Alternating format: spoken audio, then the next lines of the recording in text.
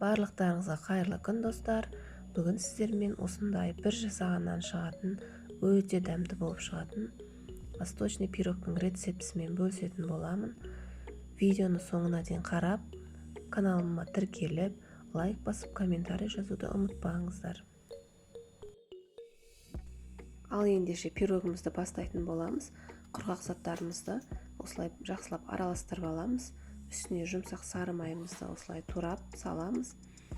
Және де осы қолмен осылай видеодағыдай үгітіп шығамыз. Яғни крошка жасаймыз. Барлық қажетті заттарды төменге описание бөліміне қалдыратын боламын. Міне осылай шықты.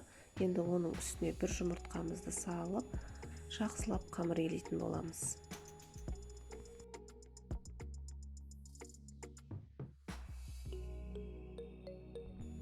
Мінекей қамырымыз дайын.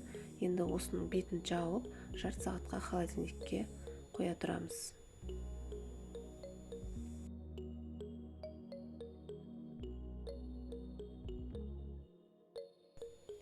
Енді осылай қамырды алдымен оқтаудың көмегімен жайып алатын боламыз.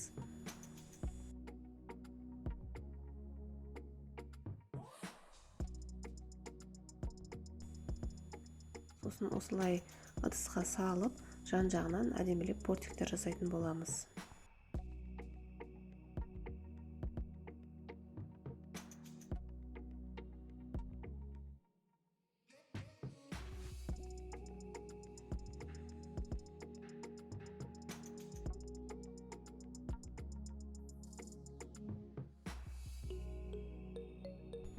Осылай әдемі көріну үшін осындай шанышқының көмегімен шет-шетін басып тегістеп алатын боламыз.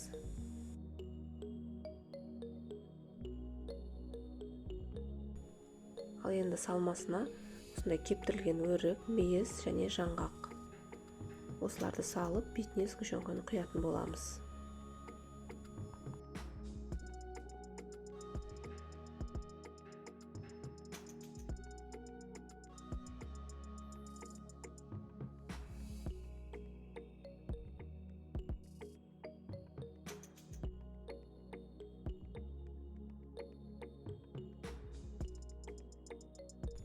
Мінекей пирогымыз осылай әдемі болып шықты. Ал енді осыны алдын ала 180 градуста қыздырылған пеште 35 минут шамасында пісіріп аламыз. Мінекей пирогымыз дайын. Жақындарыңызға жасап беріңіздер, өте дәмді болып шығады. Барлықтарына ұнайтынына сенімдімін. Барлықтарыңызға ас болсын.